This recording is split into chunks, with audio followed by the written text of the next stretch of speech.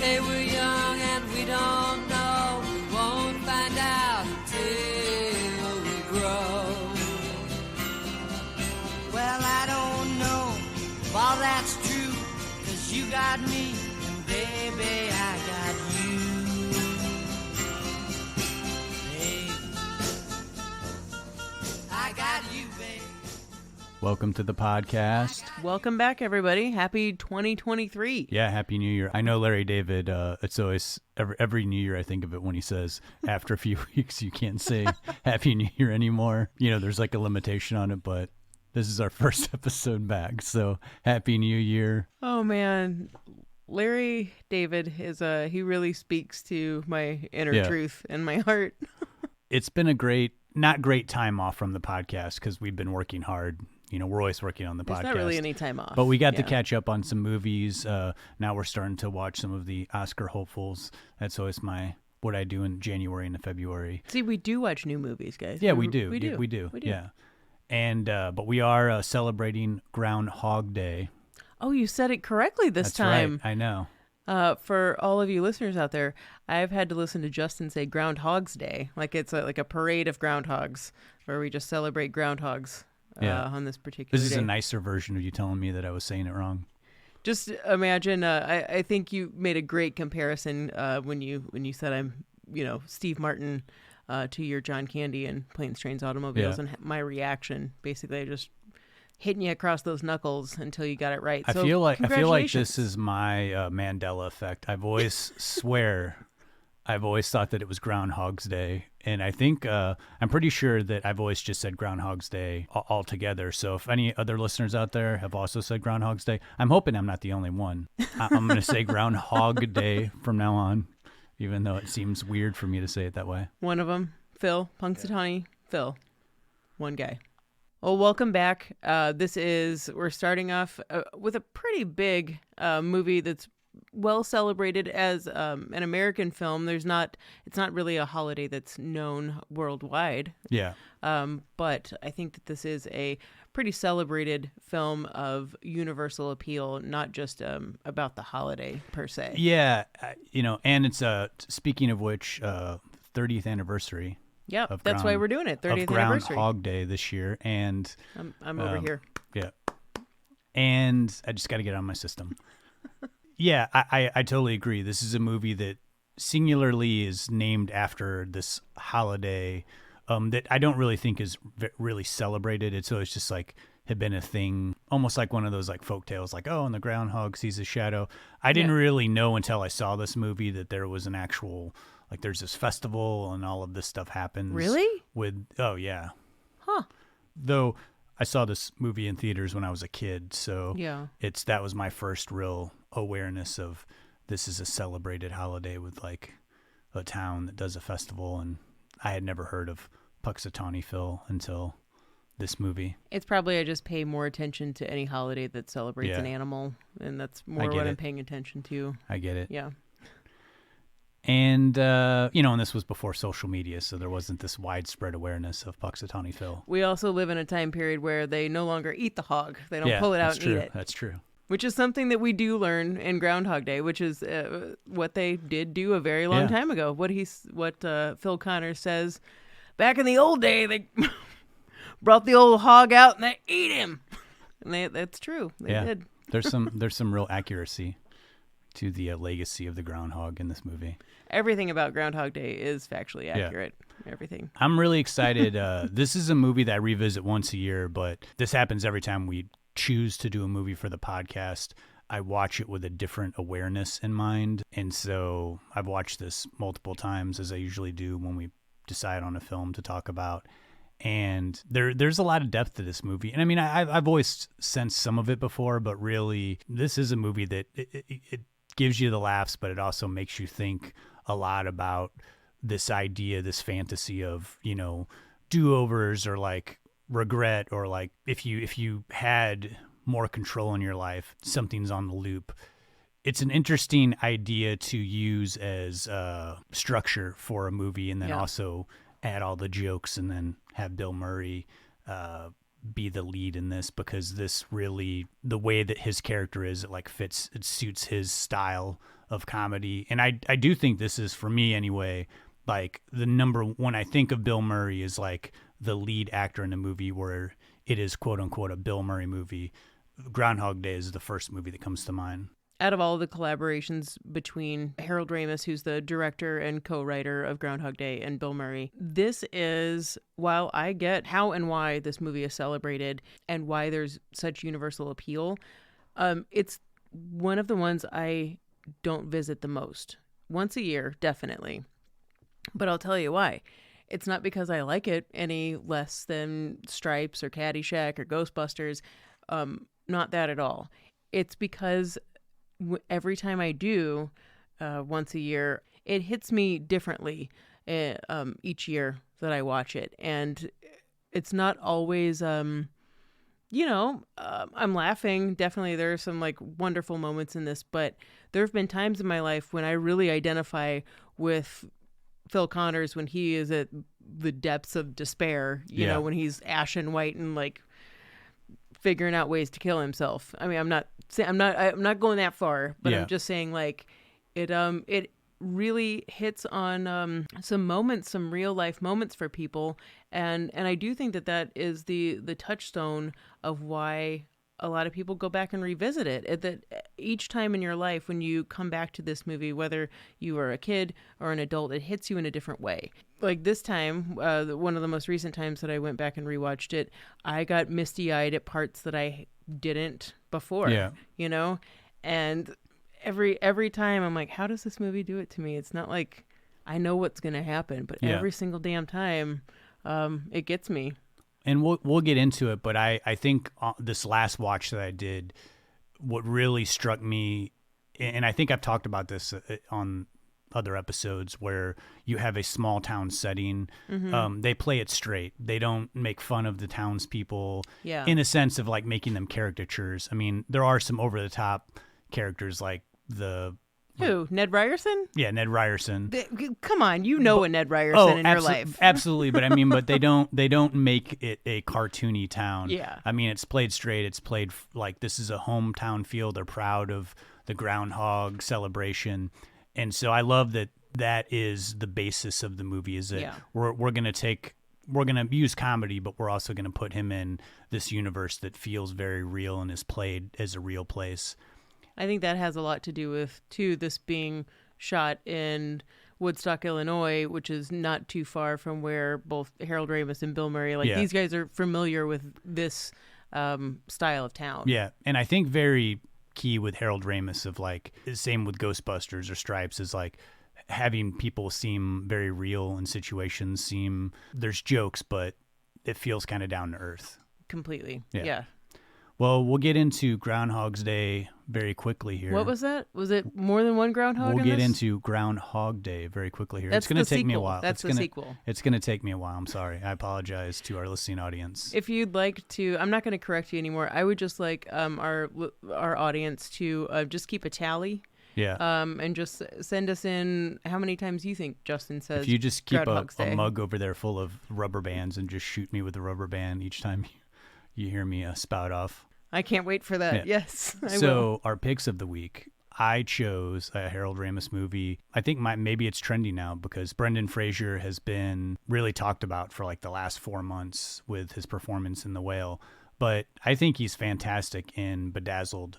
So I'll talk about that movie. That's my pick of the week. And you chose a Stephen Tobolowsky film. You went kind of like out of the realm of sort of on the nose picks here. I did, and it was because there are various reasons that I went this route, but the character of Ned Ryerson, played by Stephen Tobolowsky, it's just, when I was a kid, I wanted to be Phil Connors and punch him out. Like, I hated Ned Ryerson, and now I think that he's so hilarious in this movie, and in a film that is riding on one person, really, to have a supporting character stand out and every time that he's on screen be like, oh, that guy. I mean, you see that guy, that actor, and you're like, Ned Ryerson, duh. So I thought that I would just explore what other movies that I've seen him in besides Single White Female. Not that that's a hint that we'll be talking about that movie at any point. So I went with a movie from 1990 starring Goldie Hawn and Mel Gibson called Bird on a Wire. Bird on a Wire. You always choose these movies that I haven't seen. I've either not seen them or haven't seen them since I was like 12. They're all the mom, like, solid gold hits from the 80s and 90s. I think this was one my grandma loved, and I watched it with her back in the day. But moms love me. What can I say? I'll revisit it on just on the basis that you've used it as a pick of the week. Like any 35 to 45 moms out there, yeah, you need somebody to hang out with. Just, I got all the movies. Yeah. Well, like we've done in the past, we won't be rounding out this episode with a Murray moment because Bill Murray is the star of the film we're talking about, and we don't like a lot of overkill on this podcast. Yeah, the entire episode is your Murray moment, really. Well, this is an unusual one to ask for a summary on because it kind of is like it's like the elevator pitch line of the movie of like what it's about. But what's your interpretation of this movie, Lindsay? Can you give us your written summary of Groundhog? It's never written. I just come up with it off the top of my head. I'm sorry. I didn't mean to blow your cover. Yeah, it's always off the top of my Your head. off-the-cuff interpretation of Groundhog Day. Groundhog's Day, March of the Groundhogs. All right, well, Groundhog Day follows Phil Connors, a cynical, narcissistic weatherman out of Channel 9 Pittsburgh, as he and his new producer and cameraman head to Punxsutawney, PA, to see what the old scamp Punxsutawney Phil will predict for winter weather this coming year. And when our weatherman is surprised by an unexpected blizzard, we're stranded in this sleepy little town along with Phil, desperately trying to get back to Pittsburgh. And when the morning breaks, Phil finds himself stuck in a metaphysical time loop, which has him reliving the same day, February 2nd, Groundhog Day, over and over and over again. And we're along for the journey as Phil comes to terms with his feelings about his irritation over the entire situation, eventually leading to questioning his own mortality, the people of Punxsutawney with whom he can never escape, and the greater world around him. And hopefully, after all this time, Phil learns more than a thing or two about himself and maybe becomes a little bit more of a decent person on his evolutionary path. I like that. That was very surprising, Lindsay. Oh, was it? I said more things, and, well, he just gets stuck in this time loop, and nobody really knows why. It's a time loop movie. It's a time loop. You know, you seen Back to the Future? It's like Back to the Future. Yep. You seen, like, you know, Peggy Sue got married? Yep. Yeah. Same thing. Same movie. Well, thank you for that.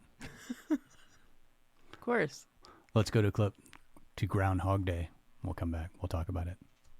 The big question on everybody's lips. Yeah, they're chapped lips. They're chapped lips, right. Do you think Phil's gonna come out and see a shadow? Punxsutawney Phil. That's right, woodchuck chuckers. It's Groundhog Day! Get up and check that hog out there! Yeah! Stooey, come here, Groundhog! What the hell?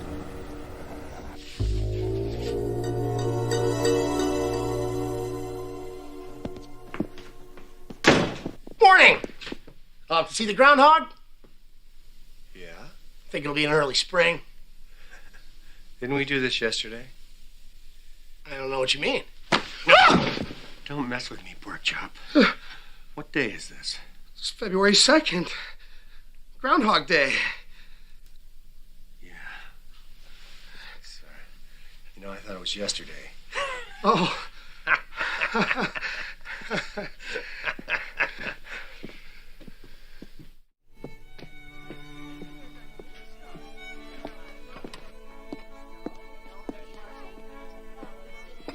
Did you sleep well, Mr. Connors? Did I sleep well? Would you like some coffee? Yes, please. I think I'll have a double. I hope you enjoy the festivities. There's talk of a blizzard. Do you ever have deja vu, Mrs. Lancaster? I don't think so, but I could check with the kitchen. No, that's okay. Thank you. Will you be checking out today, Mr. Connors? I'd say the chance of departure is 80%. 75-80.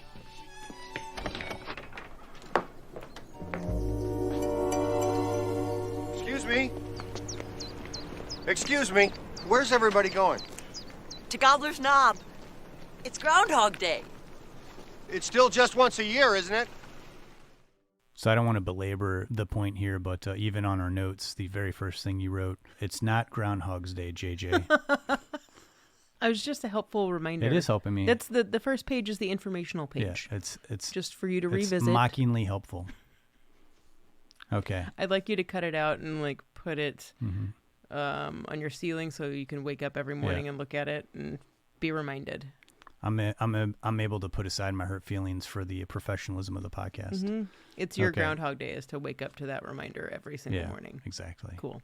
Well, I think how a movie like Groundhog Day starts, the actual inception, the idea is a high concept idea that we saw a lot of in the 90s, whether it be Face Off or Con Air or Speed, these type of movies that could be said in one sentence. You know, there's a bomb on the bus and it can't go over 55 miles per hour. Or, you know, this undercover agent's going to surgically switch faces with this criminal and infiltrate the underworld. Or even Face Off. Oh, God. Yeah, Face Off. Or even like 2000's Memento. Yeah. Where the whole thing plays backwards and he can't remember anything. He has a tattoo, clues to remember things.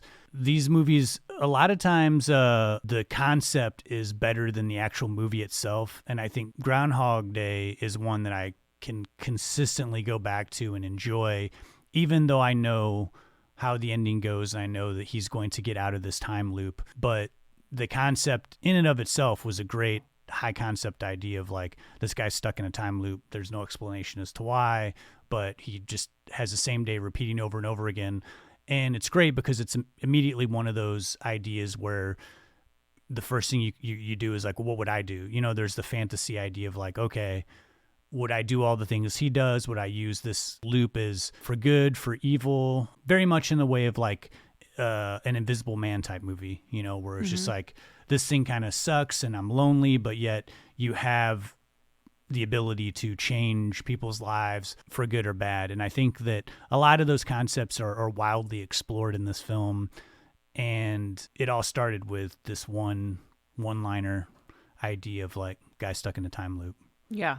And I love that the main writer, like the brain that this came from, Danny Rubin, he had this idea kind of brewing for a while. And it was simply just that, a guy stuck in a time warp, committed to reliving the same day over and over again.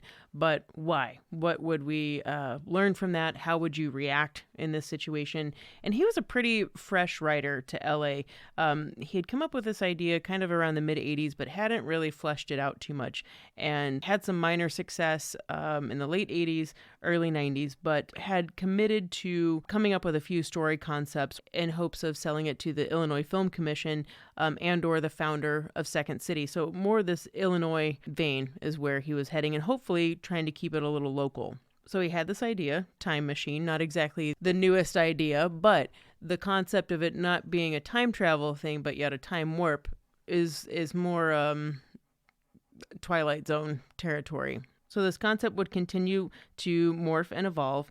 And it wasn't until he actually was influenced, and I was blown away to learn this, by Anne Rice, by The Vampire Lestat. And I read that book in high school, and it wasn't, I would never think that someone, but I'm also not a novelist or, you know, a screenwriter, would think about evolving a story that's about a guy stuck in a time warp and likening that to the idea of vampires. But in a way, I mean, I get it when you say this, that there's this sense of timelessness and being immortal, and thinking about that vampires, before they became vampires, were once normal people, and now they don't have to follow any rules.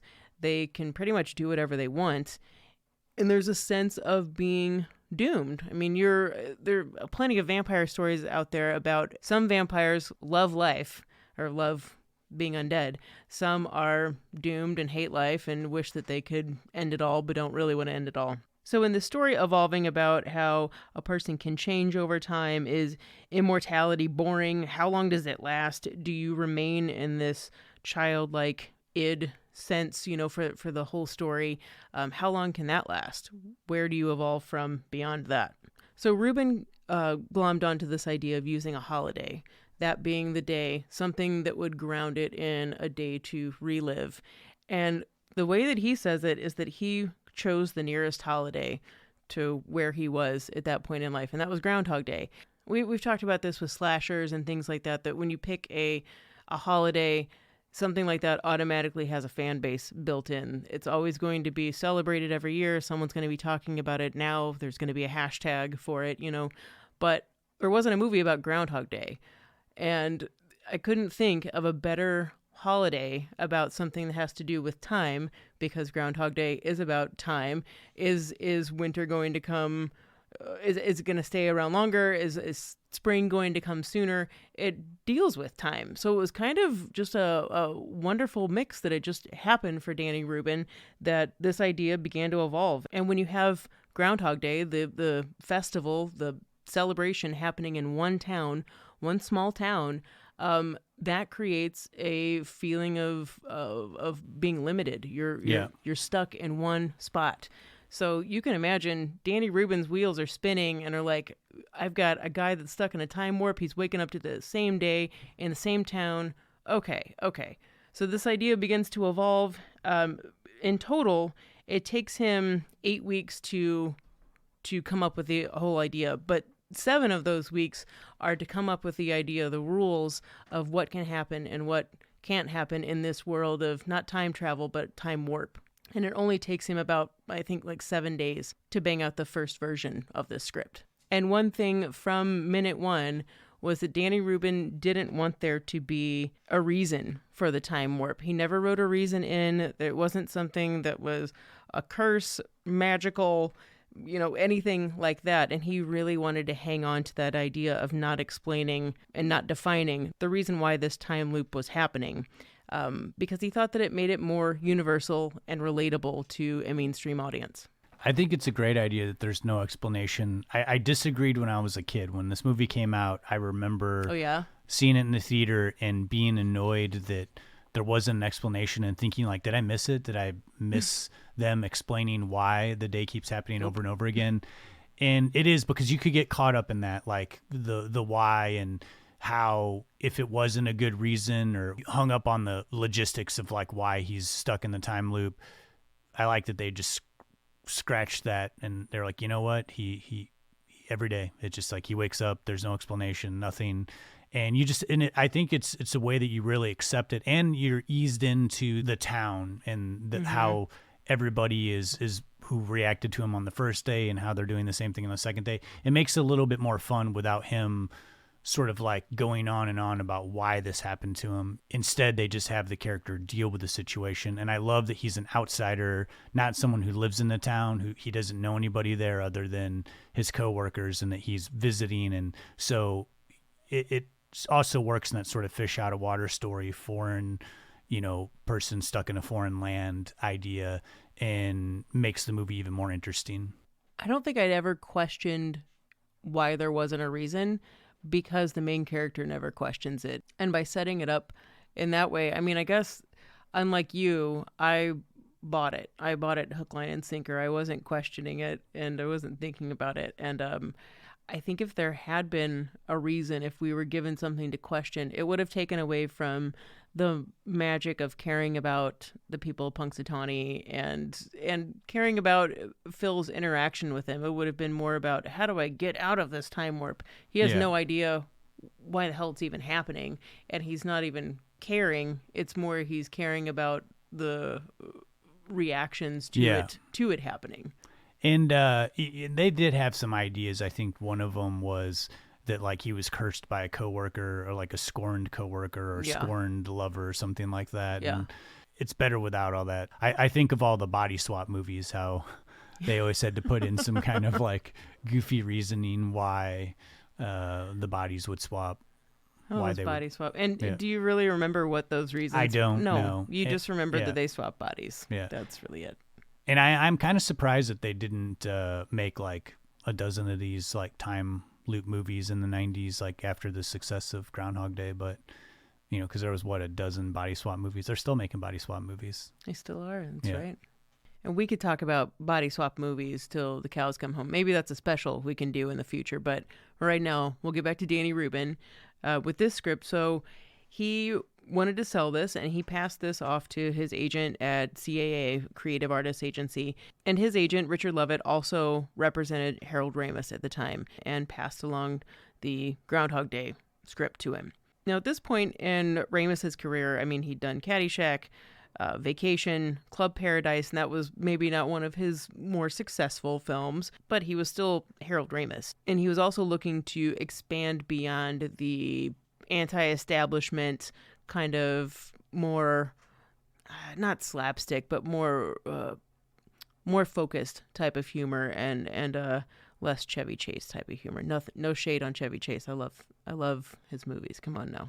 But Harold Ramis was looking for a different type of comedy to do, and the idea of spirituality and redemption was always something that had appealed to Harold.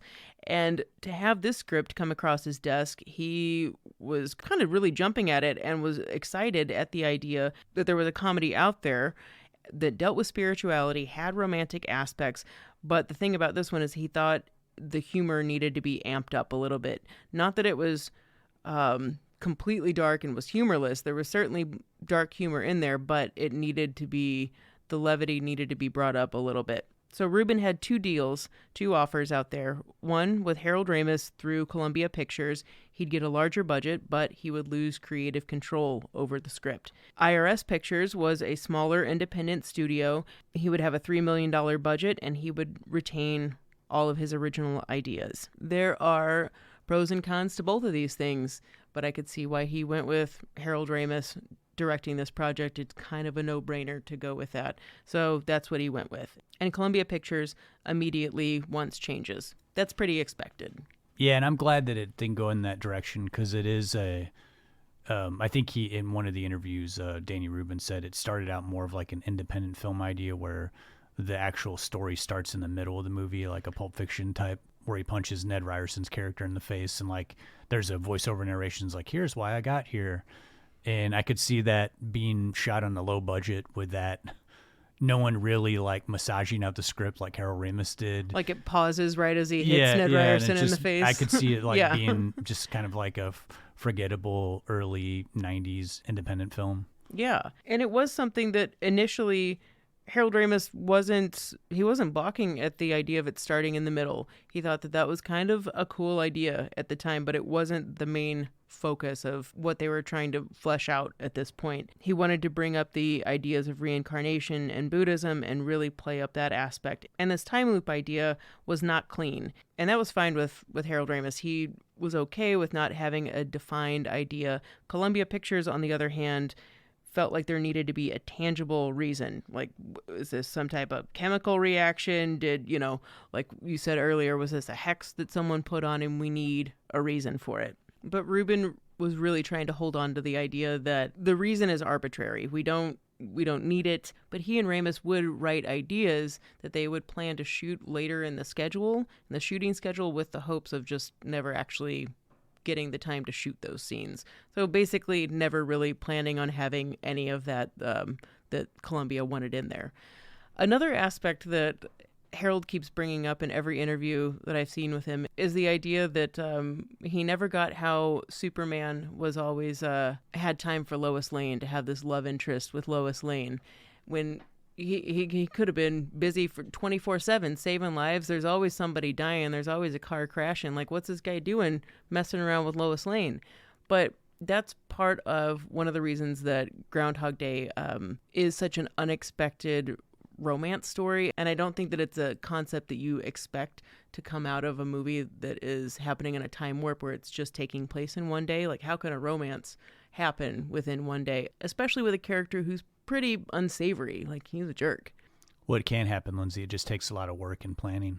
Man, you say that in such a deadpan way that forget that it's totally a line from the movie that Bill Murray says. So along with some other script changes, another thing is that the movie was front-loaded with a lot of darkness. We see where Punxsutawney Phil gets kidnapped and Phil's repeated suicides, crashing a car. Like, we see these later in the movie, but this was something that the movie was front-loaded with. And that would be one thing that with Ramis's rewrites, something that he would work towards massaging and working into the story to where it was less aggressive in the beginning and making you care about Phil Connors, establishing Phil as pretty despicable character, and we don't really like him. We kind of don't care what happens to him. If anything, we're kind of happy that he's being punished a little bit, but somewhere along the lines, we start to care about him. And this story structure that Rubin and Ramis would build Groundhog Day into would be basically the 5 stages of grief, of dealing with death and dying. And those are denial, anger, depression, bargaining, and acceptance. And when you watch the movie, that is exactly what happens. And all of these, it doesn't feel that it's something that you're, reading out of a manual. This is what you're going to go through. It feels incredibly natural. And again, that is what eases us into caring about Phil Connors. He's a terrible guy. We don't want him to, get Rita, get the Andie MacDowell character. But by the end of the movie, we do.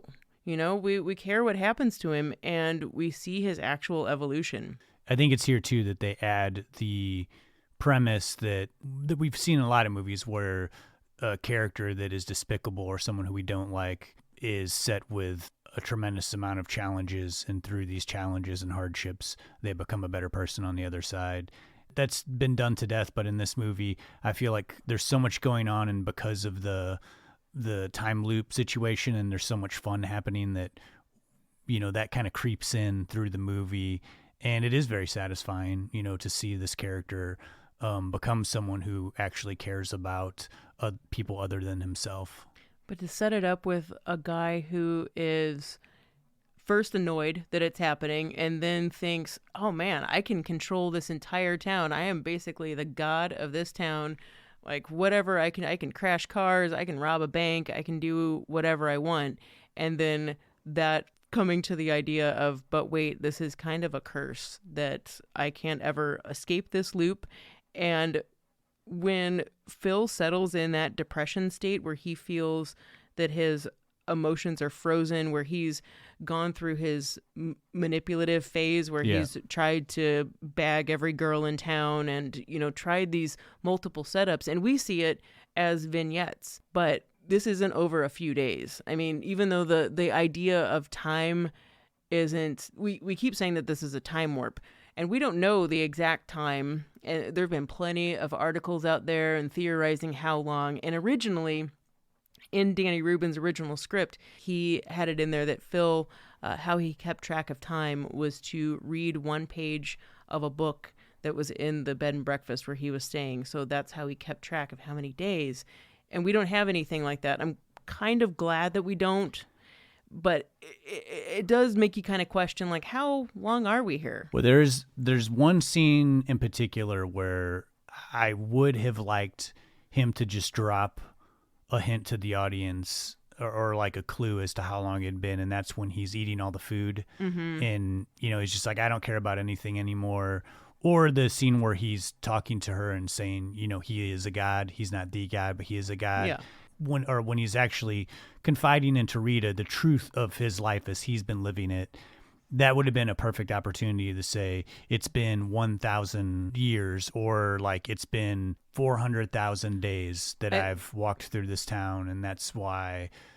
Just to give us some sort of inclination, because I don't. It doesn't bother me that it's not mentioned, but I do feel like it just would give more weight, in my opinion, to some of the later scenes. You're right. It would give more weight to it. And I think that they try to communicate that, like you said, through showing us that Phil can't play piano. And then, by the time that he's playing for the whole town, he's incredible, But yeah, think about how long that would take day after day. I think Danny Rubin originally had this kind of Buddhist idea that it was 10,000 years. And Ramis just thought, dude, I get it. I get what you're going for. And I like the idea, but it's just not a concept that people are going to be like, believe. 10,000 years. It's not something that you can like hold on to. I think the only time Phil actually references an amount of time is when they're doing the card trick into the hat. And she was like, he's like, how long? He's like, oh, you can get really good. It only takes like 4 or 5 months, 4 or 5 hours a day. And she's like, is this what you do with your eternity? But it would have been nice I would have loved to have a couple more. I wouldn't mind a few more like that, though, where he just says offhandedly, because during all of these instances in the movie, it's so time doesn't even matter to him anymore. He's given up. Yeah. But that's part of breaking down the Phil Connors character. We need him to give up, and we need him to become a selfless person. He has to go through that depressed state until he wakes up basically a new man and is more honest with himself, stops being manipulative, learns to care about himself, in turn being able to let people in, and confronting reality that he's not a god. One of the biggest parts before we get to the acceptance to look beyond himself, one part that hits me really hard, and it's intended, and the studio thought it was a little too dark, was the homeless man that Phil keeps running into, and you see it every morning right before he meets Ned Ryerson, and he goes through various, things of ignoring him to however he deals with this homeless guy. And then when he gets to the state where he cares beyond himself, he takes the homeless guy to get something to eat, and then finds out that he later dies and has trouble reconciling, oh shit, this is real. I have to look beyond myself. This is other people's lives. And he starts to care. Yeah. And they take their time with that scene too. It's not, I agree with the studio for a somewhat of a straight comedy, but it does allow a change in his character. They let that breathe a bit. And even when he's talking to him, he slides the other bowl of soup, it's not a cheap trick either. It's not. Yeah. It feels more real than, just like a saccharine way to manipulate an audience. It reminds me of a similar situation in Scrooged, where his character is kind of going through a different kind of time warp, where he is encountering another homeless man whom he's been a dick to, and he also dies and also can't reconcile the fact that this guy's dead. And just this it's how his character becomes a better person, is to start to care beyond himself. So with Rubin and Ramis making changes to the script, Ramis is starting to add in a lot more. One big change is the original ending was Rita. Actually, the time loop is passed off to Rita from Phil, and then she gets stuck in this same loop. Ramis wants this taken out. This isn't the way that the story should go, and it just kind of prolongs this feeling of never ending when we have already come to a resolution with this character. We need to feel that Phil is purified and that he is redeemed, is the idea that Ramis is going for. He does want to keep the darker elements, the suicide attempts, and feels that this is a good counterbalance to the sentimentality and romantic moments in the movie. So they turned in the script to Columbia, and Columbia is pretty happy with where the script is heading with Ramis's addition. So Rubin is actually removed as the primary writer to the script, and Rubin is a little salty about this. But Ramis and producer Trevor Albert would take the script, make it into a standard 3-act story, and knew that in order to make this work, it needed to be studio friendly, to make it a palatable story with taking these darker thematic elements and kind of, like you were saying, high concept idea and making it work for a studio. So they turned in the script, and of course, they're thinking about cast the entire time. And it might be hard for some people to believe because Harold Ramis and Bill Murray were, besties for years and years. But Bill Murray wasn't the first original choice to star in this film. So Columbia likes the changes to the script, and they temporarily rehire Rubin to just kind of supervise and give notes, since this was his original idea. With Rubin being reintroduced, he gets wind of, and we'll go into talking more about cast in the second discussion, Rubin doesn't really want Bill Murray to be involved. He doesn't think that he said he's not a good enough actor. He can't really do this role, or what he at least thinks that he can. I think at this point, Andy McDowell had already signed on, and it was Harold Ramis and McDowell who were both going to bat for Bill Murray, being like, the one thing that he has got going for him, I mean, aside from the fact that he is a really good actor, is that as Bill Murray, the man, he can be a jerk a lot of times, but he's always going to win you over in the end. Somehow he redeems himself to you, and that is what we need in Phil Connors. So Bill Murray is now thrown into the mix with this, and when you've got Harold Ramis and Bill Murray working on a piece, Bill's going to throw in his own ideas as to where he thinks the story works and where maybe some tonality changes need to happen. So the disagreements over the overall tone of the film and thematic elements would kind of rage on through the production.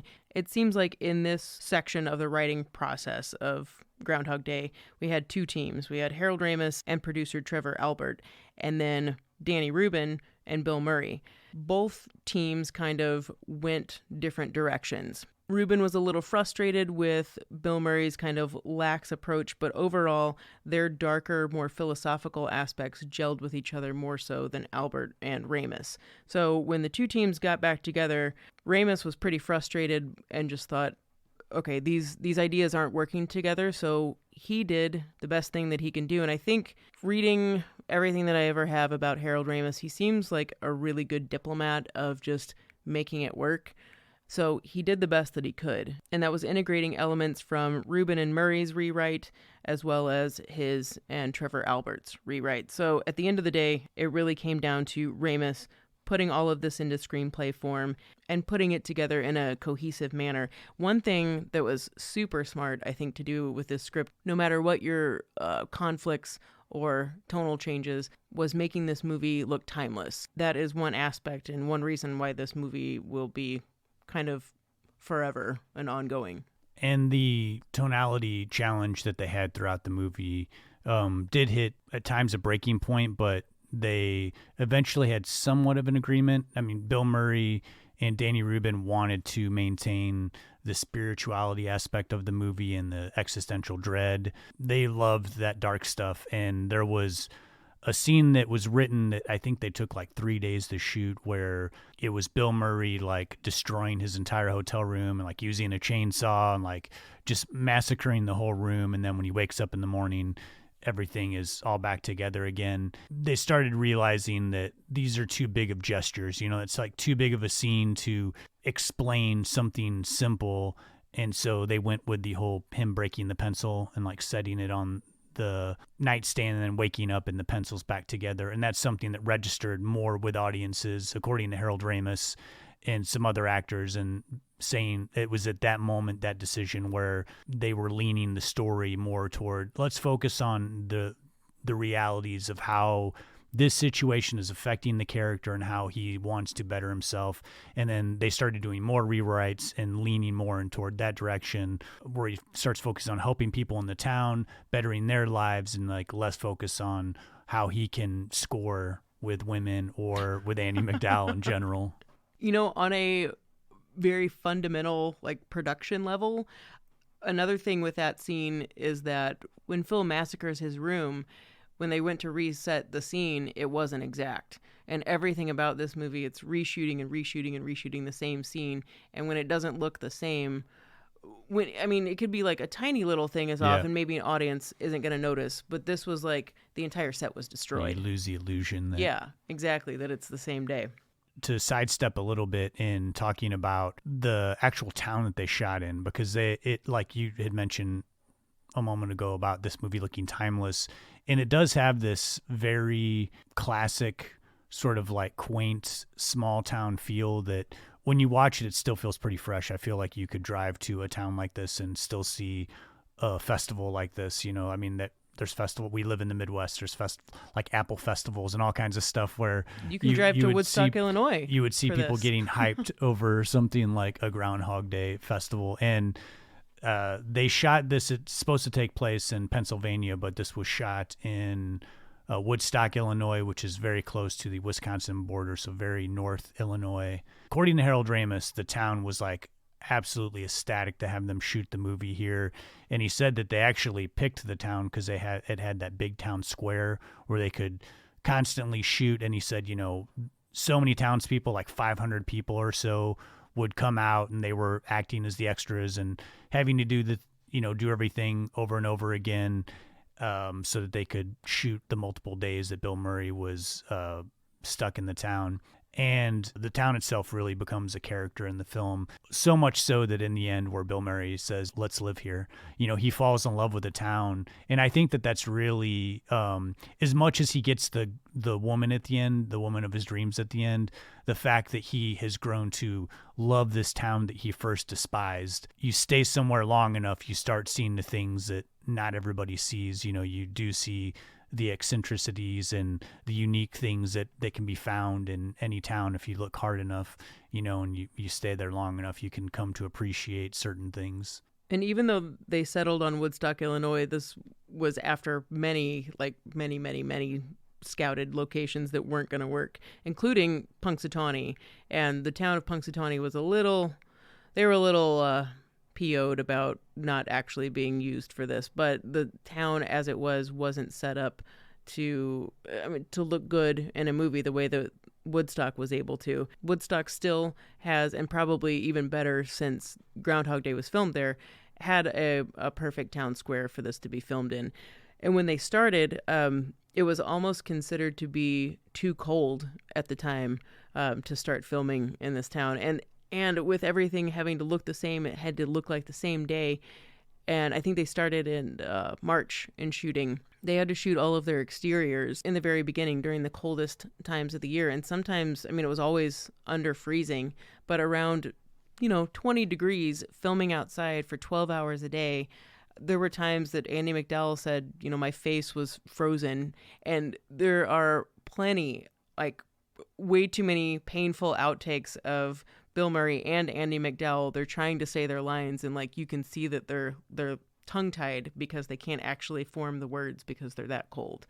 I think it was Harold Ramis say it was the first day of shooting, and they noticed on the monitor that Andie MacDowell's face started to look really weird. Yeah, and they realized it's it's because her face is getting numb from the cold, and they were thinking are we going to be able to shoot this here? Yeah. And then they did say that once they let the town know, everybody brought in all these heaters and all these ways to kind of try to do their best to keep warm. So it was another thing where the town was a really good sport about, what can we do to help? Mm-hmm. we want to make this a successful shoot. Make this work. Yeah.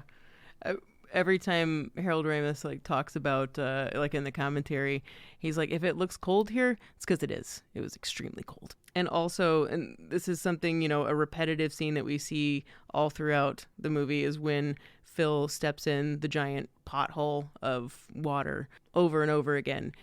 In the movie, it's funny, but you don't think about it from an actor's point of view that he's stepping in that ice cold water, 20-degree weather over and over and over again. That Bill's leg had to be wrapped in cellophane and rubber to keep from getting frostbite. It's just nuts to, you're not thinking that when you're watching the movie. You might not even realize that it's that cold. In watching the movie this last few times, I really noticed how gray the actual film looks because they said that it was pretty much the sun didn't shine through most of the shoot other than I think it was one scene, and there's actually a moment where it goes so gray in the movie, it almost looked like my TV went dim for a second, because there's some scenes that are just downright, it almost looks like they put a filter on. It just has a gray tone to the whole image. It adds to the whole feel of the movie too. Yeah, especially too once it gets into the darker elements of his despair. Yeah, and Phil really looks ashen white more than a few times. So, we were talking about how there was this very big disagreement on the tone, and things got a little bit better. There were still a lot of disagreements right up to the end, even all the way to almost the end of shooting. There's a scene where Andie MacDowell stays the night with Bill Murray, and they're about to shoot the scene where it's the next day, and it becomes a new day, and they couldn't get Bill Murray to shoot the scene. He wouldn't do it, and everybody was kind of waiting on set, and he was just what do I have a robe on? What am I wearing? Did we have sex? That's what is happening? And he's questioning Harold Ramis, and Harold Ramis is what do you think? And Bill Murray's you're the creator here, what do you? So they're having a disagreement, and they actually Harold Ramis said they everybody, the crew that was in the room, they took a vote on whether or not him and Andie MacDowell had sex that night, and what Bill Murray should be wearing in the scene that they're about to shoot. And like, Andy McDowell, like, do they have clothes on? Yeah. Are they the same clothes from the night before? Are they pajamas? That sort of thing. And it came down to one female crew member who said, if we show them without clothes on or, you know, suggesting that they had sex, it takes away the purity that needs to happen for Phil to get to this point. It isn't about whether Rita and Phil have sex. It's not about, we're not leading up to that. It's not about Phil getting the girl. It's about getting to the next point. And she said, if you shoot him any other way, you're going to ruin the whole movie. And so it was like Harold Ramis looked at Bill Murray and he said, so we need to do it with you wearing your robe, and you guys didn't have sex because otherwise we're going to ruin the whole movie. And Bill Murray just said, okay. And then they shot the scene, and it's like, whoa, that's just kind of a crazy That's how that happened. concept of like how that came together, especially because the scene is so good when they wake up in the morning. Bill Murray's just like total confusion of like, wait, why are you here? And then we get the joke of like, you know, I bought you, you know, Yeah. and then it's like, we're like, oh yeah, his mind's kind of blown because he's like forgotten everything that's happened because it's just a shock of like a new day. And I love too that her arm reaches over. We're used to hearing the Sonny and Cher song, and you see her arm come in the frame past Bill Murray and like turn it off. And because it's only the second time I think that we see that happen. We see it one time before, and we think maybe this is the instance where, you know, it's going to happen. Yeah. And Phil wakes up and it's still Sonny and Cher. And so the next time that this happens, you're kind of like, well, obviously it's not going to happen. Yeah. And I really love too that it wraps up so quickly. You know, we don't have this like 15 minutes. I mean, it's the next day. Bill Murray's extremely happy, and they go downstairs, and then they have the, you know, when he says, let's move here, and then they wrap it up. He carries her over the fence, you know, or the gate, which I guess Harold Ramis said it was frozen shut, so Yeah. they couldn't actually open it. That's why he does that. But I love that ending. You know, we don't need anything else. You know, we've sat through this experience with Phil Connors this whole time, so we're relieved for him. We don't need like 20 minutes of him talking about how happy he is. It's like just this idea that he wakes up on a different day is like all we need, this one moment. And the end of this movie has such a romantic feel to it. It does end very much like a romantic comedy. And watching the movie over and over again, I do feel like this movie is like in somewhat disguised as a romantic comedy, because there is all of this, like we've talked about, existential dread and him trying to figure out how to live in this world. But ultimately it's him learning that he loves Andie MacDowell's character. And I think the reason why it functions also as a romantic comedy is because the chemistry between Bill Murray and Andie MacDowell is incredible. Her curiosity with Phil's character, even when he's being an a-hole in the beginning. So let's take a break. We'll come back. We'll talk about their chemistry. We'll talk about this cast, and we'll continue to talk about some of the on-set disputes that happened between Ramis and Murray. All right. I'm a god. You're God.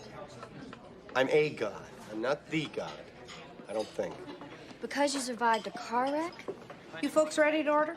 I didn't just survive a wreck. I wasn't just blown up yesterday. I have been stabbed, shot, poisoned, frozen, hung, electrocuted, and burned. Oh, really? And every morning I wake up without a scratch on me, not a dent in the fender. I am an immortal. Special today is blueberry waffles. Why are you telling me this? Because I want you to believe in me. You're not a god. You can take my word for it. This is 12 years of Catholic school talking. I could come back if you're not ready. How do you know I'm not a god? Oh, please. How do you know? Because it's not possible. Doris. This is Doris. Her brother-in-law, Carl, owns this diner. She's worked here since she was 17. More than anything else in her life, she wants to see Paris before she dies. Oh, boy, what What are you doing? This is Debbie Kleiser and her fiancé, Fred. Do I know you? They're supposed to be getting married this afternoon, but Debbie is having second thoughts. What? Lovely ring. This is Bill. He's been a waiter for 3 years since he left Penn State and had to get work. He likes the town, he paints toy soldiers, and he's gay. I am. This is Gus. He hates his life here. He wishes he stayed in the Navy. Well, I could have retired on half pay after 20 years. Excuse me, this is some kind of trick. Well, maybe the real God uses tricks. Maybe he's not omnipotent. He's just been around so long, he knows everything. Oh, okay. Well, who's that? This is Tom. He worked in the coal mine until they closed it down. And her? It's Alice. Came over here from Ireland when she was a baby. She lived in Erie most of her life. He's right. And her? Nancy. She works in the dress shop and makes noises like a chipmunk when she gets real excited. Hey! It's true. How do you know these people? I told you, I know everything. In about 5 seconds, a waiter's gonna drop a tray of dishes. 5, 4, 3, 2, 1. Okay? Okay, that's enough. What about me, Phil? Do you know me too? I know all about you. You like producing, but you hope for more than Channel 9 Pittsburgh. Well, everyone knows that. You like boats, but not the ocean. You go to a lake in the summer with your family up in the mountains. There's a long wooden dock and a boathouse with boards missing from the roof. And a place you used to crawl underneath to be alone. You're a sucker for French poetry and rhinestones. You're very generous. You're kind to strangers and children. And when you stand in the snow, you look like an angel. How are you doing this? I told you, I wake up every day right here, right in Punxsutawney, and it's always February 2nd. And there's nothing I can do about it. If you still can't believe me, listen. In 10 seconds, Larry is going to come through that door and take you away from me. But you can't let him. Larry. Please believe me. You've got to believe me.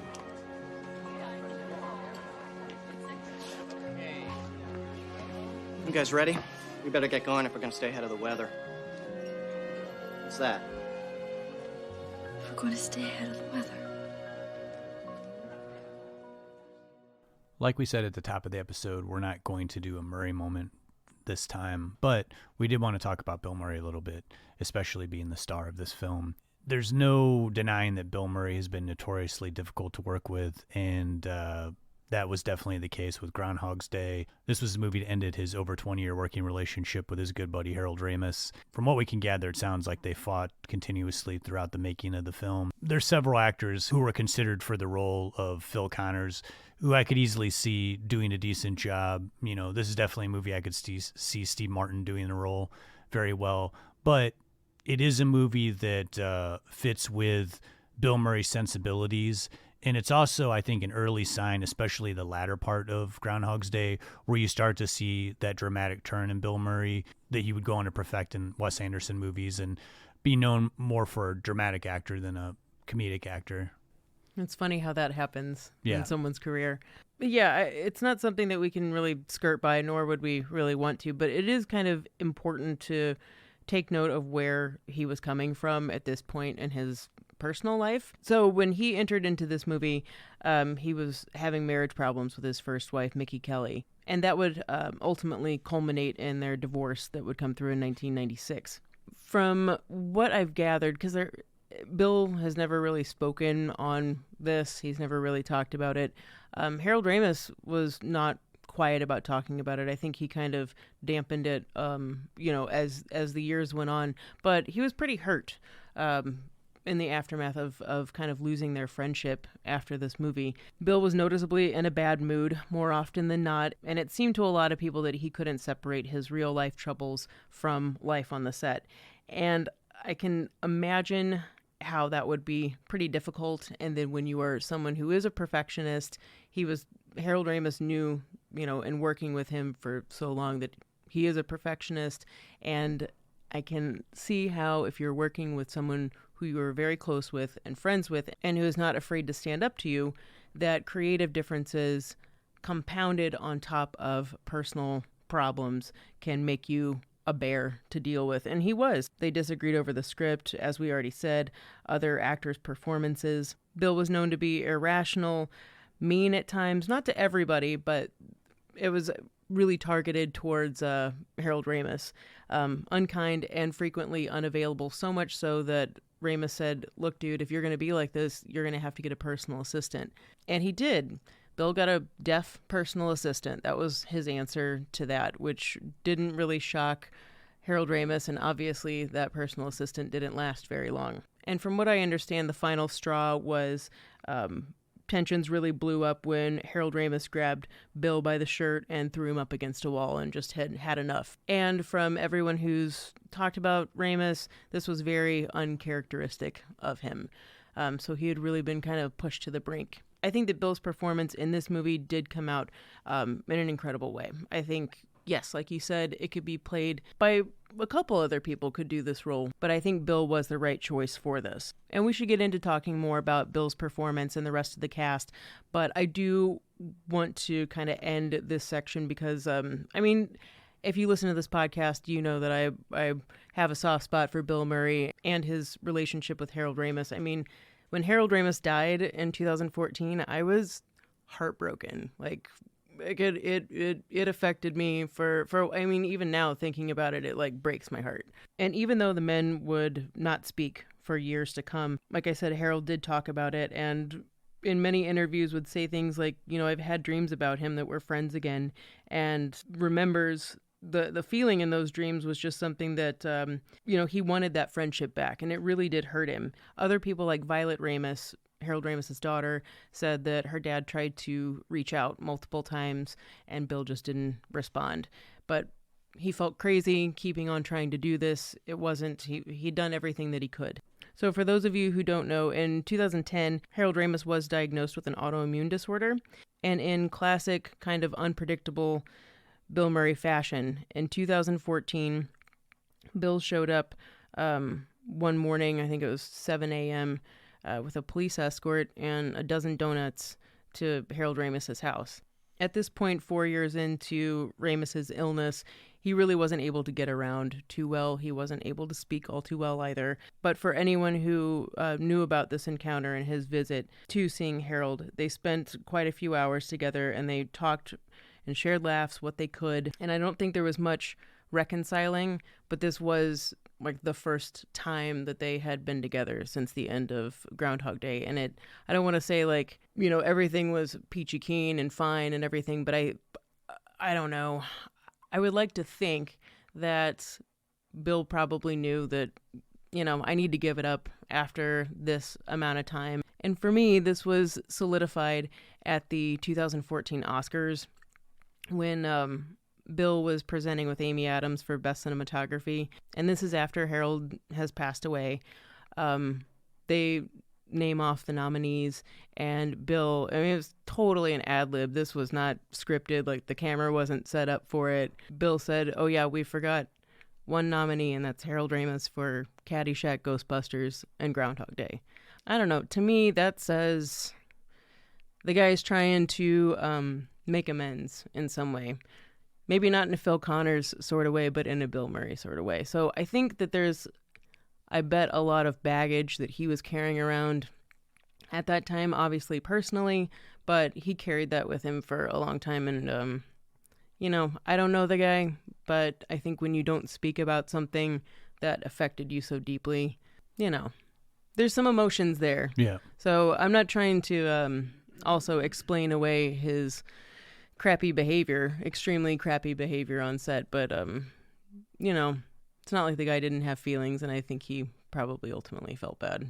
Well, even though that their friendship was sacrificed for the movie, at least the film itself didn't suffer. It no. Became a classic, and Bill Murray's performance in this movie, I think, is one of his best. Yeah. And I do believe that if you're someone who dislikes Bill Murray, because there's a lot of Bill Murray haters out there, not specifically for his behavior, but just in terms of they don't like his style of comedy and the smart aleckiness.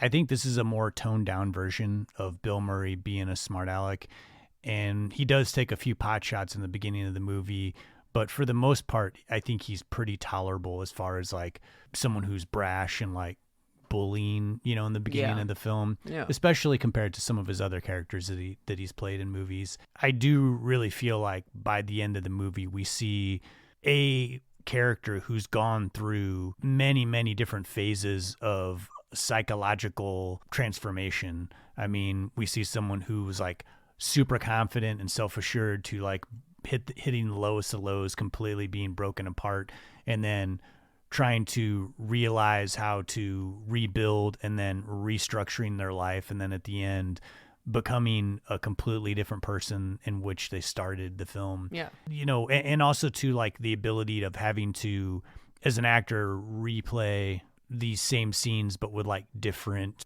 personalities, where it's like he's me in the beginning, but then we're going to do this scene. And he's like confused, and they're doing it the next day, and he's like a little bit fearful. Bill Murray did a really good job, I think, of like transitioning those different beats for different days so that it reads for the audience that like, oh, this is a different day, and oh, he's half joking but kind of scared, and him adding his little jokes because that's the kind of person that he was. But we see a gradual change with his character throughout the movie. And I really love his performance in this. I think this is my favorite Bill Murray performance. I appreciate a lot of the dramatic work he does. This movie, we get that dramatic work, but we also get the Murray that people grew up on, that we love, the wisecracking jokester. This role was tailor-made for someone who could ad-lib. When you have to do scenes that are the same scene over and over and over again in order to keep it fresh and interesting, people like Andie MacDowell were always ready for something that Bill was going to come off with, because she knew that it wasn't going to be the same take as it was before. We said there's a handful of actors that, you could imagine playing this, but I would amend that statement to be like, it's a handful of actors. I think Steve Martin was a good choice there, because Steve Martin could ad-lib and throw out new ideas and keep it fresh. Yeah. I know Bill Murray is not the most like handsome man in Hollywood, but I do buy him and Andie MacDowell, and I do buy for her to start having feelings for him. Also noting that Bill Murray is an actor that goes for it. Like there's that montage where she slaps him on all these different occasions. And she's really slapping him. She's really slapping him. Bill Murray just said, go for it. Just like hit me as hard as you can if you want to. That wasn't the only abuse. He also got bit by the groundhog at least 3 times. Yeah, they said that the groundhog would get ornery toward the, you can only film with them so long because they start getting like super pissed off, and it eventually started biting through his glove into his hand. Yeah. So getting slapped and getting bit by groundhogs and pelted by snowballs when the director says, no, throw it as hard as you can. Yeah. Bill took a little bit of abuse in this movie, but I think the character of Phil Connors needs to be abused a little bit. It probably helped his performance even more. Yeah. I can't really say enough about the chemistry between him and Andie MacDowell. Andie MacDowell is one of those actors that I don't always think about, and then when I see her in a movie, take a moment to like, wow, Andie MacDowell just has this really natural sensibility in every role that she carries. And a lot of times it's sort of the same character, but it's always this like really, for the most part at least, and I'm not as familiar with her work as other actors, but I've seen a lot of her movies, and she does have that way that like puts you at ease. And her character here is so warm, and you really, really want Phil to like try to be the person that she deserves. And you need a character like her to offset how terrible Bill is at first. And I also like about the character of Rita that Andie MacDowell, you believe that she's giving Phil a chance. Whereas maybe that character could have been written as cold and standoffish and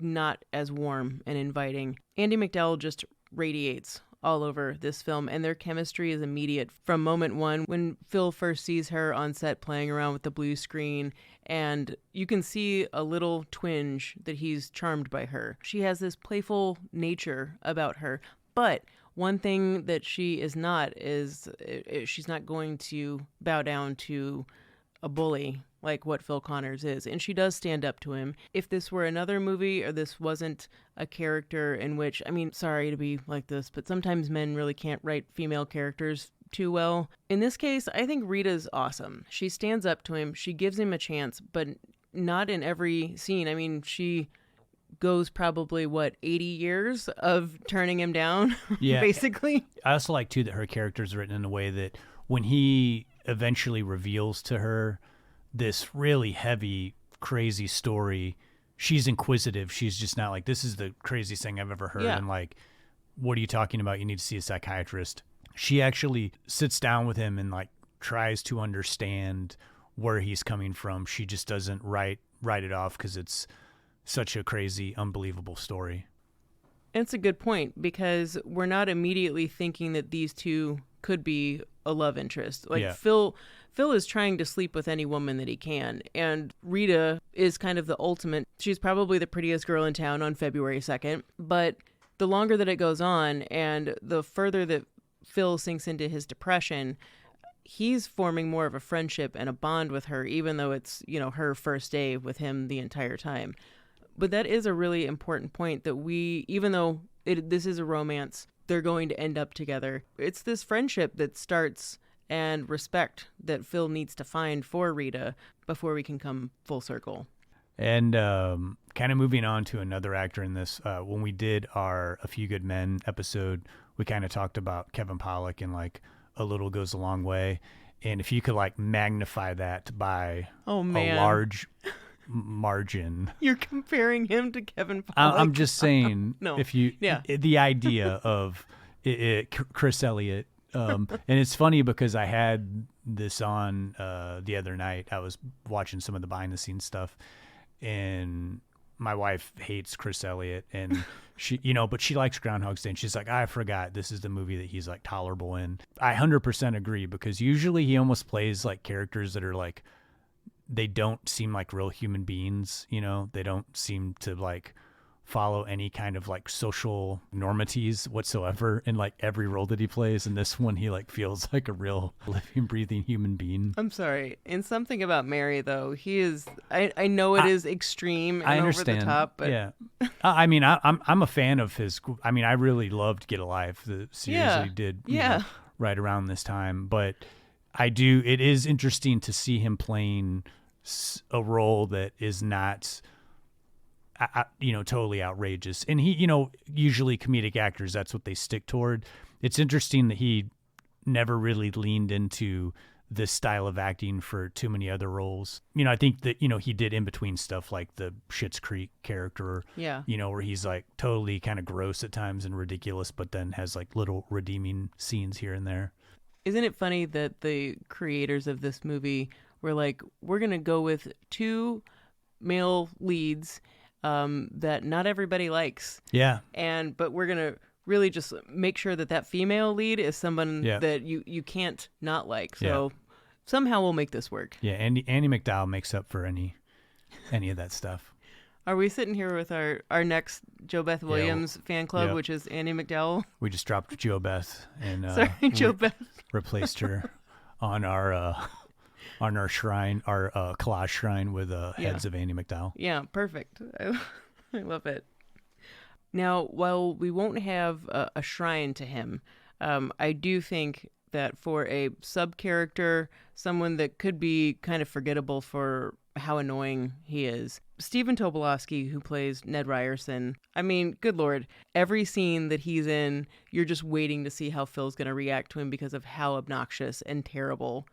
I mean, he's really not actually that terrible of a person. He's just completely obnoxious. And the things that he brought to this character were all his idea, all his creation. So when you see the goofy gestures that he makes, or when he's trying to hang out with Rita and Phil when they're leaving the Groundhog Day party, he's like, all right, where are we going? And they ditch him in, the cutest way, and he's like, oh my God, it's repulsive. Like, whatever he does there is repulsive, but it's so perfect for that character. It's wild though, because when you listen to Stephen Tobolowsky, like he does a lot of podcasts and voice work, and when you listen to him on podcasts, he's like so calm, so intelligent, such a fantastic storyteller. And he said, I was going for it. He said for his audition, he was like, I'm taking this like way over the top and see if they go for it. Stephen Tobolowsky said that the scene, that final scene that you see him in, where the scene that you mentioned where they say their goodbyes to him. Yeah.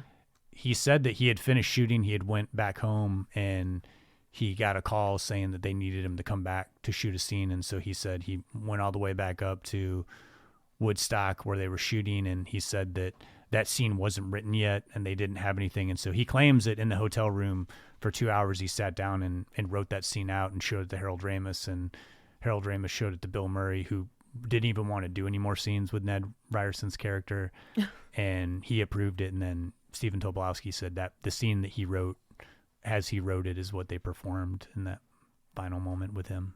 The loosey-goosey nature of creating a movie with Harold Ramis when Bill Murray is involved, or just Harold Ramis in general, it's like so welcoming and inviting that one of the actors would be like, I wrote this scene because I figured we weren't going to have something when I showed up, so we got it. Stephen Tobolowsky's been in hundreds of things as like bit characters and been a character actor for like 30 years. But when he talks about Groundhog Day and the shooting, he constantly refers to it as guerrilla filmmaking and saying that like, they were just, he was like, I was getting pages hot off the press, like right before, like minutes before we would shoot stuff. That is absolutely not surprising.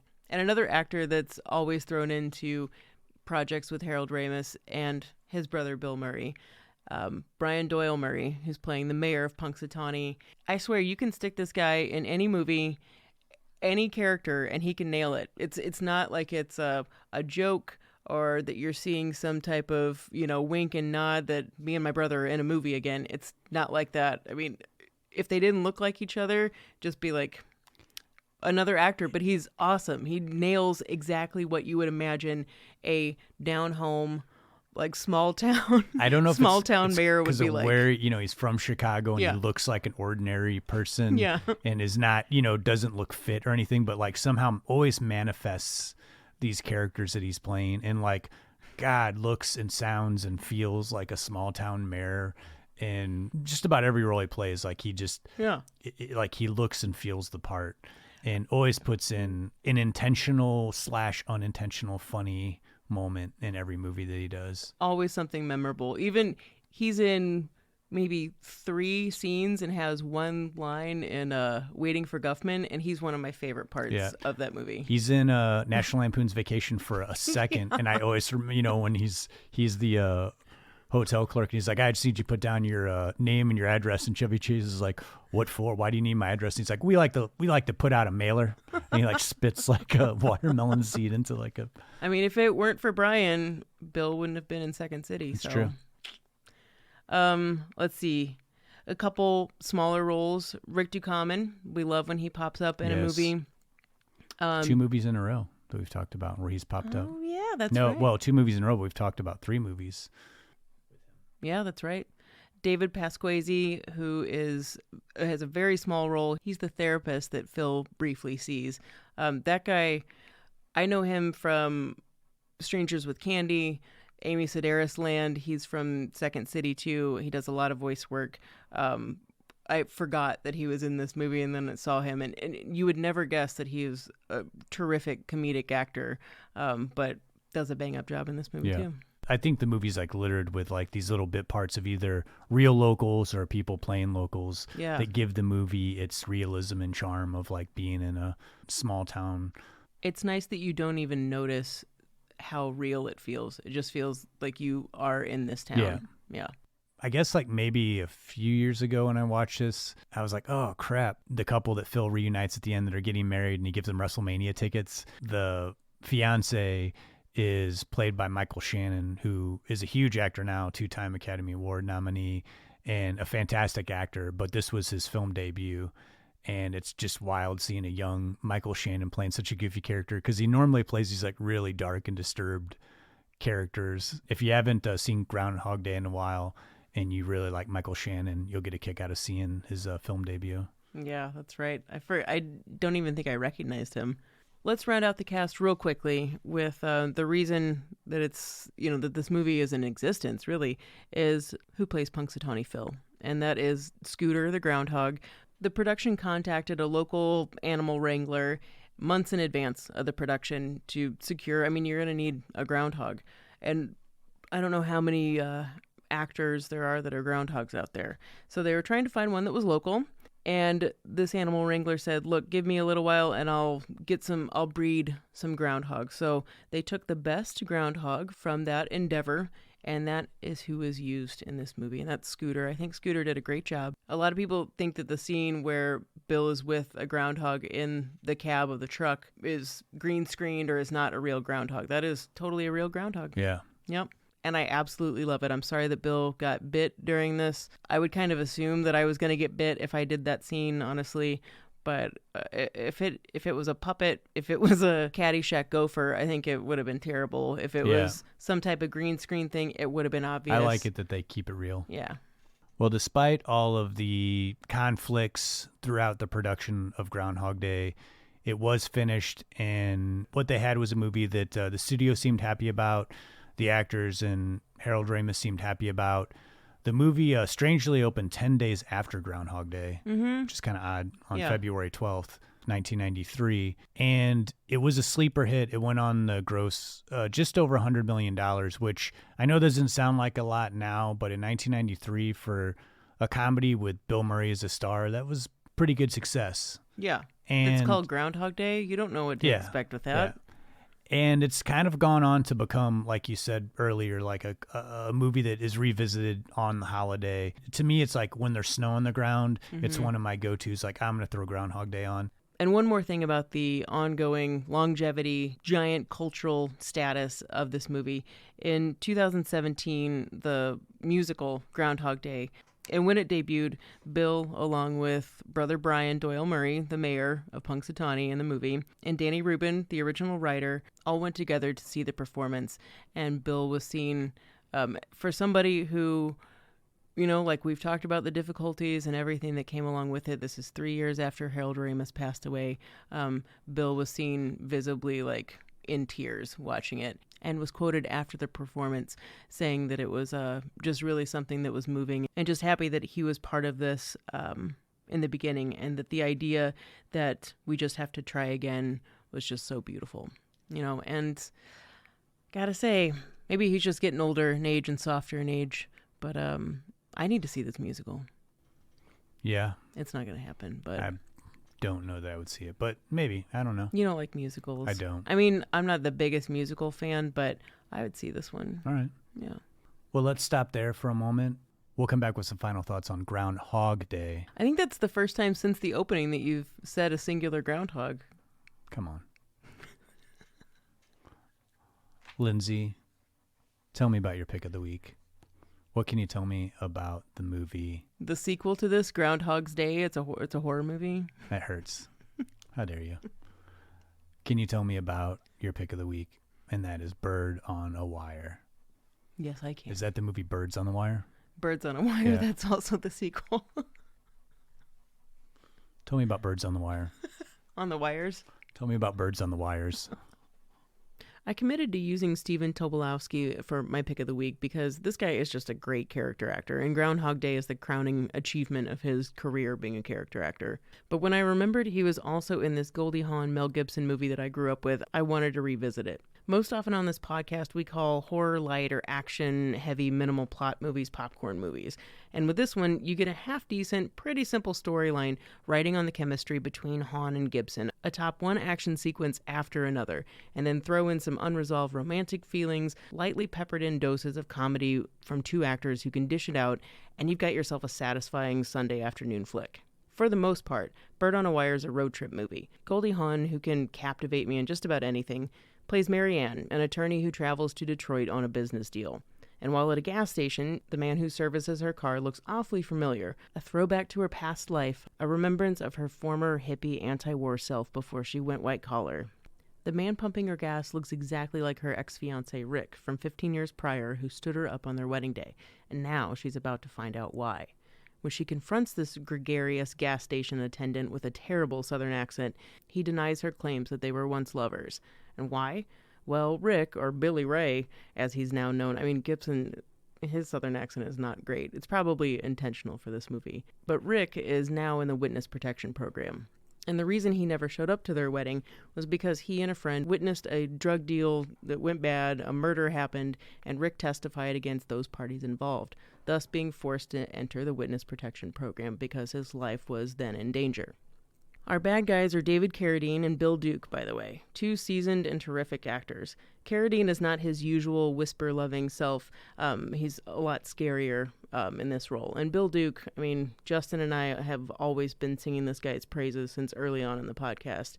And thanks to these bad guys blackmailing a sniveling, double-crossing, untrustworthy FBI agent, played by Stephen Tobolowsky, of course, Rick is now unsafe that his location has been revealed to the bad guys who are looking for revenge, seeing as how Rick is the only living witness to their crimes. One thing leads to another, and Rick relents when Marianne returns to find him in a precarious situation. She saves him from being murdered, but now they're on the run from the bad guys Tobolowsky has sent to find Rick in order to take him out once and for all.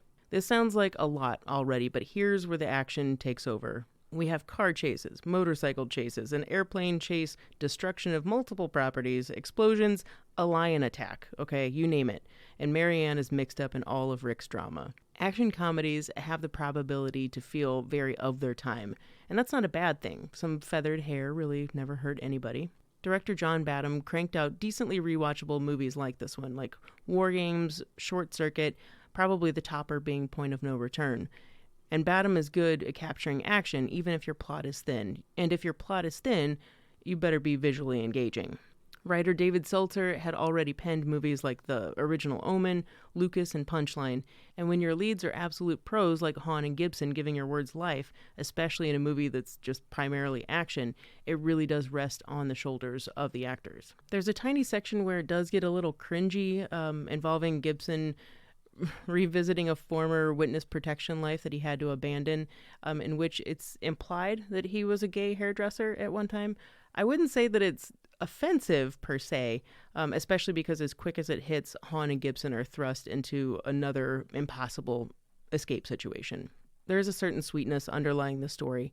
Goldie Hawn can't help but bring that to a role, but she's not a damsel in distress. Even though there is a romance rekindling, it's more of a buddy movie. And paired with Mel Gibson, the two make a believable duo. Former lovers who were torn apart, never had any resolution, but now find themselves thrown back together. It's a very fairy tale-like theme that never happens in reality, but is sure fun to pretend. There are also two great actors who can do physical comedy really well, and this movie in lesser capable hands wouldn't be as entertaining. It's completely improbable, everything about this film, but sometimes that's perfectly all right. You've been having a knack lately, again, with picking movies I haven't seen since they came out.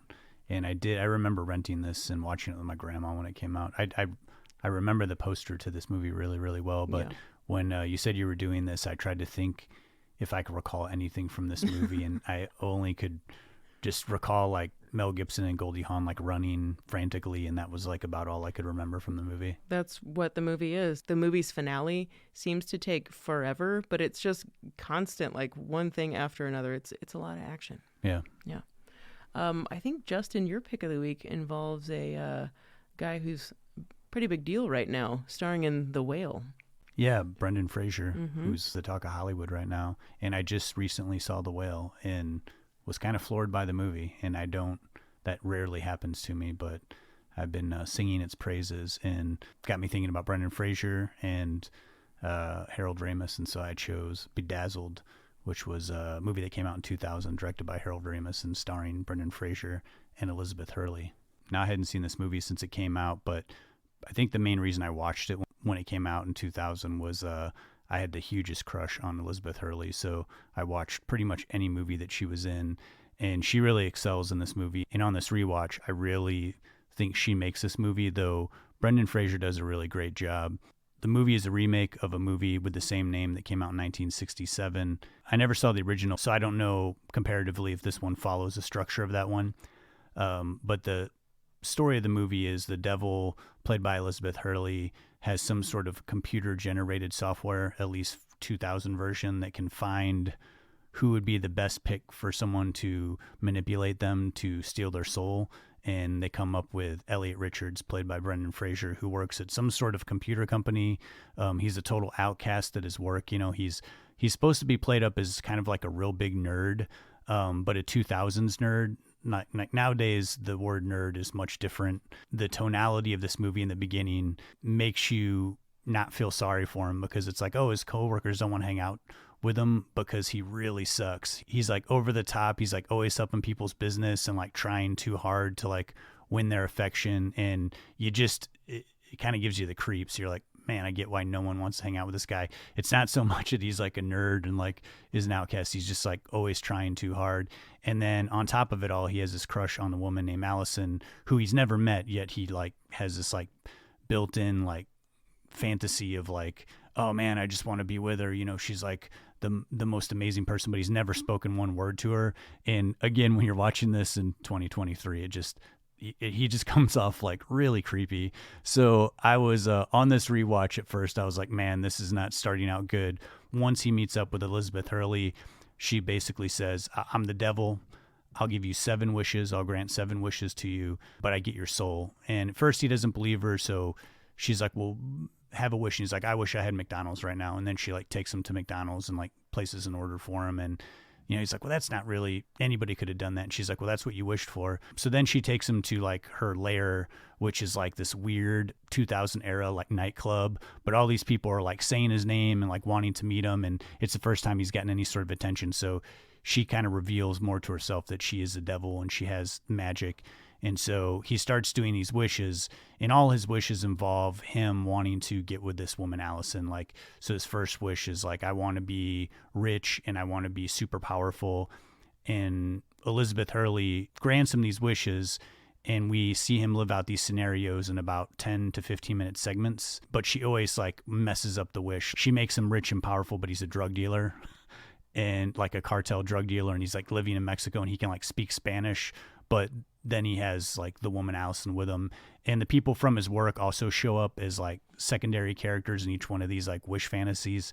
So in a lot of ways, it's sort of like a fantasy film, but it doesn't really get old. With each wish, he realizes he wants to be someone else, and he wants to be super sensitive. And so she makes him the most sensitive man on the planet, and he's like trying to have a conversation with Allison, but he like looks at the sun and he keeps sobbing, and it's absolutely hysterical. He has another one where he's like a gigantically tall NBA basketball player, and she wants him, but then it turns out he has a really small penis. With every step of the way is like messing with him, and then eventually, you know, he confronts her about it, and they actually start developing like a really nice relationship. The thing to watch about this movie is the chemistry between Brendan Fraser and Elizabeth Hurley, who I think really was like used the best in this movie for her ability to be witty and sarcastic, and also like extremely playful and sexy. And so, yeah, if you're a fan of Elizabeth Hurley and you've never seen Bedazzled, this is like the movie to watch. Going back to The Whale, it was kind of wild watching him, because the Bedazzled are the kind of movies that I'm used to seeing Brendan Fraser do. So like The Whale kind of caught me by surprise, because I'm not used to seeing him in a role that dramatic. Like I'm used to seeing him in these light, playful movies. And so it was kind of a wild juxtaposition of seeing The Whale and Bedazzled in the same week. It's kind of tripped me out a little bit. And if you haven't checked out The Whale, I can't recommend it more. I really think it's one of the best movies that I've seen in the last year. I think that I've never actually seen Bedazzled. I don't know how that escaped me, because I worked in a video rental when this came out. But it sounds like it's a very, like, Harold Ramis would have directed this movie. Even if it does teeter on some, like, things where you're like, that character sucks. There are some redeeming things about them. I know I need to catch The Whale. Yeah. I'm going to before it leaves theaters. I believe that you will. I'd go see it again, even though it's like someone holding a onion to your eye for 2 hours. I'd go see it again. Yeah, I'm going to Claire Danes' ugly cry to it, Justin. Yeah, I did. I went to see it at the Alamo when they were bringing me my tab. Like the movie was like in its like final moments. I was just like, look away. Well, thank you for that, Justin. Oh, it's my pleasure. Well, those are our picks of the week: Bird on the Wire and Bedazzled. Again, we don't have a Murray moment for this episode because we're doing a Bill Murray movie, and we always feel like we don't want to burn people out on Bill Murray. Even though it's hard for us to get burnt out on him, we know it's a lot of Bill Murray for one episode. So we're going to close things out here. We have a couple final thoughts on Groundhog Day. We're almost at the end of the episode, and I'm really like starting to get used to saying it the proper way that you're supposed to say it, that I've been messing up for my entire life. Just a singular groundhog, that's it. Yeah. Well, do you have any final thoughts? Yeah, my final thoughts on Groundhog Day are our ever-growing list of places we want to go visit, where they're taking like the location of a movie and kind of making it something that you can go check out. And in Woodstock, Illinois, which wouldn't be a terribly far drive for us, that town has like really celebrated the fact that Groundhog Day was filmed there, like we talked about earlier. And they've, have a museum for the movie. They have a festival every year that celebrates the movie with props, and everybody comes out and they show screenings of the movie. And it sounds like a lot of fun. You can actually go check out, if you look up Groundhog Day celebration in Woodstock, Illinois, you can find their website, and it usually there's a list of like events that they have. It goes over, I believe, like 3 days over a weekend. Yeah. And sounds like a lot of fun. Right up our alley. I can totally see us one of these days. One of these days we're going to do it, damn it. We're going to go on a little road trip, and we're going to go check out the Shawshank prison, and then we're going to go check out the filming locations for Groundhog Day. And that one's pretty close. I mean, it's, there some of these places, like there's 3, I think, in Texas, but that's a haul. Yeah. This one, Woodstock's a little closer. Our state borders the state that yes that this location's at. We should do it. I think also one of the local theaters in Woodstock, after Harold Ramis died, they dedicated one of the screening rooms to him, that it's named after Harold Ramis too. That's amazing. Yeah. Well, my final thought is something a little bit, I guess it's a little bit of a Murray moment. In the scene where Rita's fallen asleep on Phil in bed and he starts saying really sweet things to her, like, you're the kindest, sweetest, prettiest person I've ever met in my life. And there's a good chunk of dialogue here. He doesn't speed through it like what I just did. But it's a really heartfelt, sentimental moment. And like we've talked about in this episode, Bill was going through a lot of personal problems. He and Harold, weren't speaking by the end of this movie, and he was going through a divorce. The section here, the speech that he says to Rita, is pretty much, at least from what he can remember, like Bill wrote this part. It's what he said to his first wife, Margaret Kelly, on their wedding night, after they had had too much to drink and she had fallen asleep on him. So I think, like, for me, watching that moment is just so, I mean, it's devastating because, like, he's getting divorced from her, and I think it was because he cheated on her.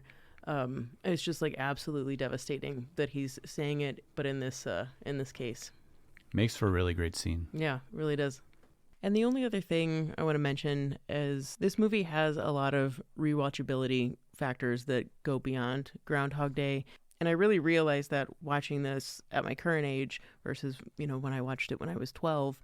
And just thinking that we come back to this movie and are different people, whether we come back to it every year or however we watch it, whether it's 10 years later, and you experience it differently. In a lot of ways, it has a timeless quality to it, but it's kind of a existential nightmare in a lot of ways. And when it came out, Harold Ramis had leaders from, like, yogis and Hasidic Jews and Christians and psychiatrists that were all sending him letters and contacting him and saying, obviously you made this movie with this point of view in mind. And, I think that everybody's right, because we can all take something from it, and that's what gives it this timeless quality. And more, dating this episode as far as 2020 in relation to COVID, with COVID still existing, I think a lot of people grabbed onto this film in particular because we were living every single day the same not everybody, but a lot of people, with the fear of not knowing what's next if we were ever going to break out of the loop, and really gives us a whole new spin on this film. And I think it's probably going to still keep reinventing itself in that way and how we look at it. I couldn't agree more. Yeah, this movie really played so much more differently over the last few years. Yeah. Do you have anything else? The only other thing I was going to mention, and this is only pertinent if you're listening to this episode within the first few days that we put this out, and that's the Wildey Theater. If you're in St. Louis, the Wildey Theater is in Edwardsville, which is about a 35-minute drive from here. They're actually showing Groundhog Day on Groundhog Day. February 2nd, and it's at 7 o'clock. If you've never been to the Wildey, it's great. It's like a one-screen theater with a balcony and volunteer run. It's a fantastic theater. I've seen dozens of movies there. It's worth the drive. So we'll post that in the social media as well. That's pretty cool. So before we close things out, what do we have coming up next month? We're doing we have a special episode coming up next. That's right. Yeah, this is going to be pretty wild, guys. This is going to be, what do we decide on calling it? The Blank from Hell. The Blank from Hell episode 90s edition, right? Yeah. Or something of that nature. Yeah. Where we're going to be talking about all the babysitter from hell, the crush from hell, the temp from hell, like all of these, 90s thrillers that dealt with obsession and were usually a lot of fun and a little bit trashy at times. Definitely trashy. So it's the first time we've done a special episode in a while. So it's always a lot of fun because we talk about so many different movies. We're not just focusing on one singular movie. So that's coming up next month. Thank you so much for listening. Again, hope you have a happy new year unless you're Larry David. Until next time, I'm Justin Johnson. And I'm Lindsay Reber. Thanks so much for listening. Thanks, guys.